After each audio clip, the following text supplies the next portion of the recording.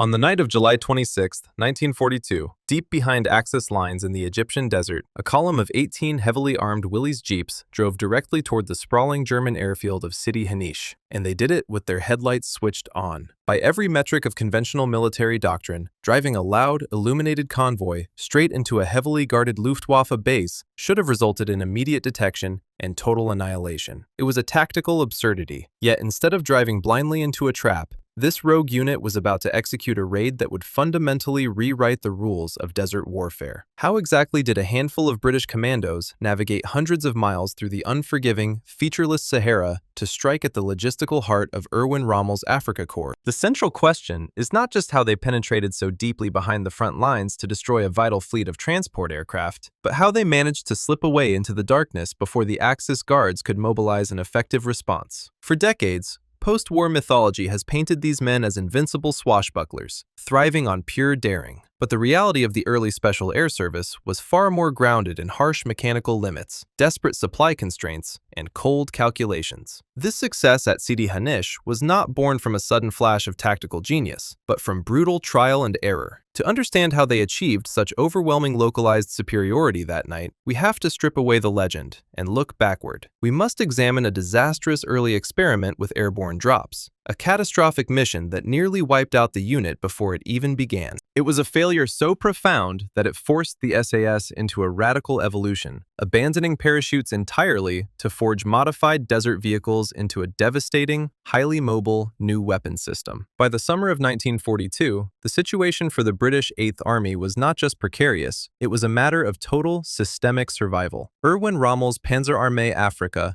had driven Commonwealth forces back to a desperate, crumbling defensive line at El Alamein, barely 60 miles from Alexandria. If this final perimeter collapsed, the Suez Canal and the entire Middle Eastern theater would be lost. But Rommel's relentless offensive momentum possessed a fatal vulnerability, a severely overextended logistical tether. The Axis war machine demanded massive, uninterrupted infusions of fuel, ammunition, and reinforcements to maintain its grip on Egypt. With the Royal Navy violently contesting the Mediterranean sea lanes, the German High Command relied heavily on the Luftwaffe to bridge the supply gap. Corrugated iron transport aircraft, specifically fleets of Junkers Ju-52s, became the indispensable lifeline of the Afrika Korps. Operating out of forward staging bases in the desert, these transports sustained the mechanized thrusts that were bleeding the British Army dry. Severing that aerial supply line was an existential necessity, and it was precisely the type of deep penetration sabotage David Stirling had envisioned when he first conceived the Special Air Service. However, his initial doctrine for destroying rear echelon airfields was deeply flawed, built on European operational theories that simply did not translate to North Africa. The original concept relied entirely on airborne insertion, small, specialized teams parachuting behind enemy lines under the cover of darkness, planting time-delayed explosives, and extracting on foot. But the Sahara was fundamentally hostile to this approach. During the unit's inaugural mission in late 1941, Operation Squatter, they jumped directly into a ferocious, unpredictable desert gale. Men and equipment were violently scattered across miles of featureless, freezing wasteland. Some were dragged across the rocks by their canopies. Others were quickly hunted down by Axis patrols. The unit suffered massive casualties, losing nearly 2/3 of its operational strength in a single night, and achieved absolutely zero tactical impact. Realizing that relying on parachute drops in the volatile atmospheric conditions of the desert was mathematically suicidal, Stirling recognized that airborne doctrine was practically useless in North Africa. The environment demanded a radically different method of infiltration. He pivoted the unit's focus, forging a vital partnership with the Long-Range Desert Group. The LRDG were the undisputed masters of the Deep Sahara. While conventional armies remained tethered to the coastal roads, the LRDG possessed the unparalleled navigational expertise required to cross the unmapped interior. Using specialized sun compasses and celestial dead reckoning, they treated the treacherous sand seas like a vast, navigable ocean. Initially, the SAS used the LRDG simply as an elite taxi service, hitching rides to within marching distance of enemy airfields. But as Axis perimeter security inevitably tightened, approaching the wire on foot became increasingly lethal. Stirling realized the SAS needed its own organic, dedicated transport to execute the actual assault. They required a platform that offered both extreme mobility and devastating shock firepower. The answer was the American-made Willys Jeep. The SAS did not merely requisition these standard military vehicles, they aggressively re-engineered them for a singular, high-speed purpose. To maximize operational range, the Jeeps were ruthlessly stripped of all excess weight. Windshields, standard radiator grills, and heavy canvas tops were discarded. In place of the removed weight, the chassis was burdened with massive quantities of jerry cans, packing the vehicle with vital water rations and highly volatile aviation fuel. But the true lethal innovation was the armament. Stirling's men bolted heavy pedestal mounts to the chassis, fitting them with twin Vickers K machine guns. These rapid-fire weapons, originally designed for the observer cockpits of Royal Air Force biplanes, fired at an astonishing rate of roughly 1,000 rounds per minute. By mounting arrays of these aircraft guns to a lightweight terrestrial vehicle, the SAS generated a localized firepower output capable of physically shredding the duralumin skin of a parked bomber in seconds. However, this mechanical evolution created a terrifying tactical paradox. The heavily loaded, utterly unarmored Willys Jeep was fundamentally a glass cannon. A single incendiary tracer bullet into the massive fuel payload,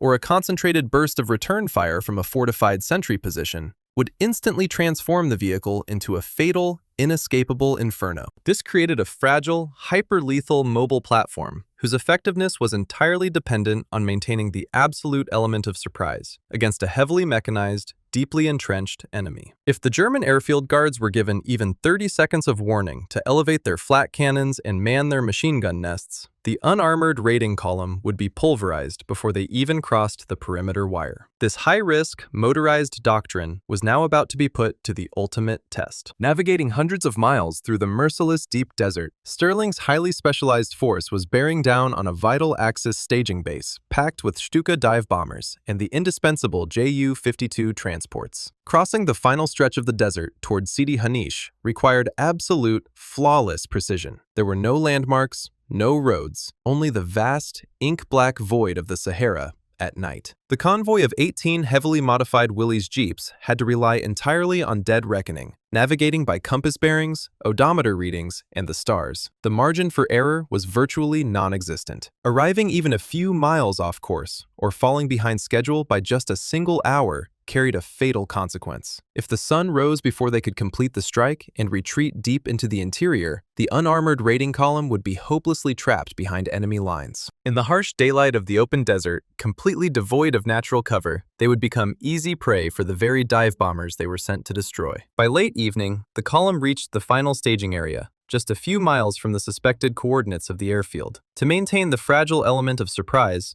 the drivers fell into a strict line-ahead formation, creeping forward at a painfully slow pace. This crawling approach was essential to minimize the choking dust plumes and the mechanical roar of 18 engines, which carried for miles in the still night air. The commandos strained their eyes against the absolute darkness, scanning the flat horizon for the telltale silhouettes of parked aircraft or the faint glow of a German sentry fire. The tension inside the vehicles was suffocating. Gunners white-knuckled the spades of their twin Vickers machine guns, hyper-aware that their survival depended on slipping through the outer perimeter unnoticed. They were agonizingly close to the wire when the situation violently unraveled. Without a single warning shot or the shout of a guard, the pitch-black desert was instantly shattered. A brilliant, blinding array of perimeter floodlights violently snapped on. The intense illumination washed across the flat sand, completely stripping away the commandos' only defense. The leading jeeps, laden with highly volatile aviation fuel and incendiary explosives, were caught dead center in the glaring, inescapable white light. In that frozen, terrifying second, the fundamental premise of the operation collapsed. The crucial element of surprise had vanished. To the men in the vehicles, it seemed obvious. They had driven straight into a prepared ambush. David Stirling was instantly forced into an agonizing, split-second calculus. He could order a desperate retreat, praying the vehicles could melt back into the shadows before the German heavy anti-aircraft cannons lowered their barrels to shred the convoy. Or he could gamble everything on the shock value of extreme aggression. Choosing the sheer momentum of a motorized charge over a doomed attempt to hide, Stirling fired a single flare into the illuminated sky. He ordered the drivers to press their accelerators to the floorboards, transforming the creeping convoy into a roaring, high-speed blitz directly into the glare. As the flare illuminated the sudden chaos, the screaming engines of 18 jeeps tore through the night, accelerating to maximum speed directly across the hard-packed sand of the airfield. Stirling immediately signaled a critical tactical maneuver, ordering the drivers to deploy from their tight column into a wide, aggressive, V-shaped wedge formation. This was not a random scattering. It was a highly calculated geometric spread designed to maximize overlapping fields of fire while sweeping the entire width of the tarmac. The vehicles roared past the perimeter wire and onto the active runway, headlights blazing into the darkness. The targets immediately materialized out of the gloom. Dozens of parked Luftwaffe aircraft, fragile Ju-52 transports, sleek Messerschmitt fighters, and heavy Stuka dive bombers were lined up wingtip to wingtip on the apron. As the wedge formation rapidly closed the distance, Stirling fired a second signal flare. Instantly, the commandos unleashed a concentrated, deafening wall of tracer fire. This was not a wild spray of panic. The gunners, operating the high-rate Vickers K guns, executed a methodical, disciplined assault. They specifically targeted the most vulnerable components of the parked aircraft, the exposed engines and the massive, fuel-heavy wing tanks. The armor-piercing and incendiary rounds physically shredded the thin duralumin skins of the bombers in seconds, immediately sparking violent, localized infernos that began to leap from plane to plane. From the perspective of the German sentries, the initial moments of the raid were characterized by absolute, paralyzing disbelief. The sheer audacity of an overland mechanized assault deep behind their own lines simply did not fit their defensive paradigm. When the roaring engines were first heard approaching in the dark, many guards assumed it was a friendly Axis convoy, or perhaps a lost supply unit. The concept of enemy jeeps physically driving onto a fortified airfield was tactically incomprehensible. This critical delay in cognitive processing gave the SAS the crucial seconds they needed to penetrate the outer defenses before a single alarm was raised. However,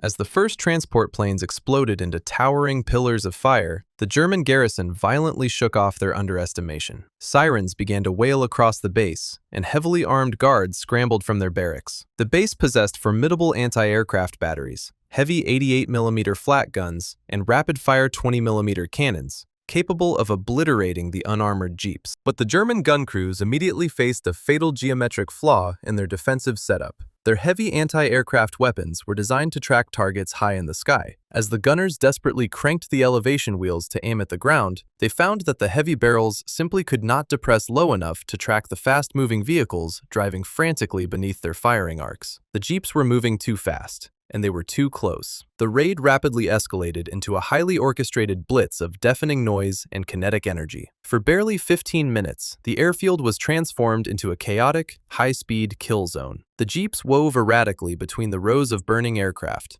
their gunners maintaining a relentless, overlapping barrage. Confirmed operational logs later verified the destruction, separating the actual damage from the inevitable inflation of wartime claims. Between 30 and 40 Axis aircraft, representing a critical percentage of the Afrika Korps' logistical and tactical air support, were left destroyed or severely damaged on the tarmac. The climax of the assault approached just as the shock of the initial strike began to wear off. The German garrison, recovering from the initial paralysis, finally began to organize a coordinated response. Machine gun nests on the far side of the airfield, unaffected by the initial sweep, opened fire, sending concentrated streams of tracers cutting across the runway. The defensive crossfire was rapidly closing like a vice, threatening to trap the intruding vehicles within the burning wreckage of the base they had just destroyed. The immense noise, the overwhelming speed, and the ticking clock of the fully awake German garrison threatened to overwhelm the small strike force at any second. Realizing the window for survival was violently slamming shut, Stirling signaled the withdrawal. The jeeps immediately broke their sweeping formation, accelerating wildly out of the crossfire and plunging back into the absolute darkness of the desert. But as the roar of the engines faded into the night, the true peril of the operation was only just beginning. The extraction from the blazing airfield was chaotic, and the Axis crossfire immediately exacted a toll. As the column smashed through the outer defenses, the converging German tracers finally found a mark. One Willys jeep was disabled by a concentrated burst of heavy machine gun fire,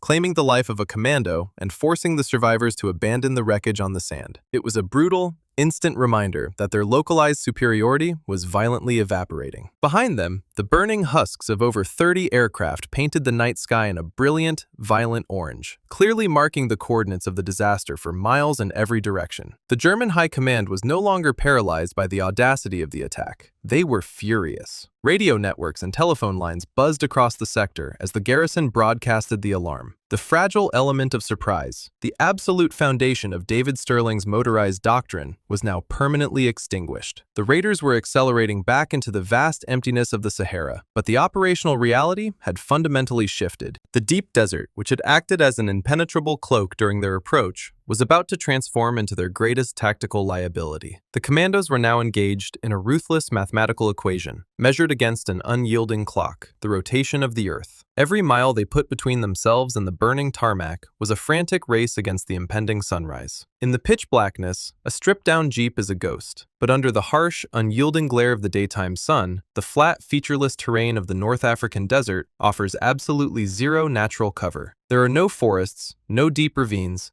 and no concrete structures to hide beneath. Any moving object casting a shadow on the sand becomes a highly visible, instantly identifiable target from the air. The Axis commanders understood this geography perfectly. Before the fires at Sidi Haneish were even brought under control, urgent orders were dispatched to neighboring Luftwaffe squadrons. Reconnaissance planes and heavily armed fighter patrols were scrambled and ordered to launch at the first crack of dawn. Their directive was explicit: sweep the desert floor, locate the fleeing column, and annihilate them. Stripped of the darkness that had shielded them, the SAS commandos were forced to push their overburdened engines to the breaking point, driving deeply into the wasteland in a desperate bid to outrun the morning light. As dawn broke over the Sahara, the protective shroud of darkness dissolved, and the mathematical reality of the desert took hold. The commandos enacted their standard evasion protocol, deliberately scattering the column to avoid presenting a concentrated target. The crews drove their jeeps into shallow wadis and depressions, draped them in sand-colored camouflage netting, and meticulously brushed away their tire tracks. But hiding a vehicle in a barren, shadowless landscape is a precarious illusion. Within hours, the low drone of aircraft engines began to reverberate across the dunes. The Luftwaffe had launched a massive, coordinated grid search. Messerschmitt Bf-109 fighters and Stukas, the very aircraft the SAS had failed to catch on the tarmac, were now circling above, hunting the raiders with absolute air superiority. The evasion quickly devolved into a terrifying game of cat and mouse. From the air, even the slightest geometric anomaly, a glint of sunlight on a machine gun barrel, or an unnatural contour beneath a net, was instantly recognizable. When the Axis pilots spotted an isolated patrol, they did not hesitate. The fighters banked sharply, executing merciless, low-level strafing runs. They raked the scrub with heavy 20mm cannon fire, deliberately targeting the volatile fuel caches lashed to the jeeps. For the commandos on the ground, there was no tactical defense. They were forced to abandon their vehicles, sprinting away from the highly combustible jeeps and pressing themselves flat against the scorching earth, entirely defenseless against the kinetic onslaught raining down from above. In these localized strikes, several jeeps were systematically shredded and left as burning husks on the sand. This destruction triggered the ultimate nightmare for a motorized raider: the sudden, absolute loss of mobility. Stripped of their vehicles, the stranded survivors also lost access to their primary water reserves and long-range communications. They were abruptly reduced to isolated infantrymen, trapped hundreds of miles behind enemy lines. As the sun reached its zenith, ambient temperatures soared well over 110 degrees Fahrenheit. The physical exhaustion, rapid dehydration, and the psychological terror of being actively hunted by an enemy that controlled the sky pushed the men to the very edge of biological endurance. To survive, the dismounted crews had to remain utterly motionless in the blistering heat of the day, waiting for the safety of nightfall. Only under the cover of darkness could they begin the agonizing process of navigating the remaining distance to Allied rendezvous points on foot, all while carefully dodging the German motorized patrols actively sweeping the sector. Yet, despite the punishing environment, the loss of equipment, and the relentless pursuit, the fractured remnants of the raiding party slowly began to filter back to the long-range desert group network. Exhausted and battered, they carried with them more than just the physical toll of the retreat. They brought back a definitive proof of concept. The localized, high-speed strike had worked, establishing a deadly new mechanical paradigm that would fundamentally alter the strategic reality of the Desert War. That mechanical paradigm completely dismantled the traditional understanding of a front line. Until Sidi Haneish, the vast expanse of the deep desert was considered a natural, impenetrable barrier that inherently protected the logistical rear. But by mounting heavy aircraft weapons onto stripped-down, unarmored jeeps, The commandos proved that a highly mobile ground force could bypass the main theater of combat and project devastating, localized power hundreds of miles behind enemy lines. The ultimate impact of the raid extended far beyond the 30 or 40 aircraft left burning on the tarmac. The true damage was strategic. Erwin Rommel, already straining at the absolute limits of his supply tether, was suddenly forced to confront a terrifying new vulnerability. Rear echelon airfields, vital supply depots, and communication hubs could no longer be left lightly guarded. To secure his indispensable infrastructure, the Axis command was forced into a massive, desperate reallocation of resources. Precious frontline infantry, highly valuable heavy anti-aircraft batteries, and scarce anti-tank guns were aggressively stripped from the crucial El Alamein perimeter and diverted into the deep desert just to guard against the threat of 18 jeeps. It was an astonishing tactical return on investment. A handful of men in heavily modified transport vehicles had generated a strategic disruption that rivaled the efforts of entire conventional Allied divisions operating on the coast. In the span of just a few months, the Special Air Service had completely reinvented itself. They had survived a catastrophic, mathematically doomed experiment with European airborne drops,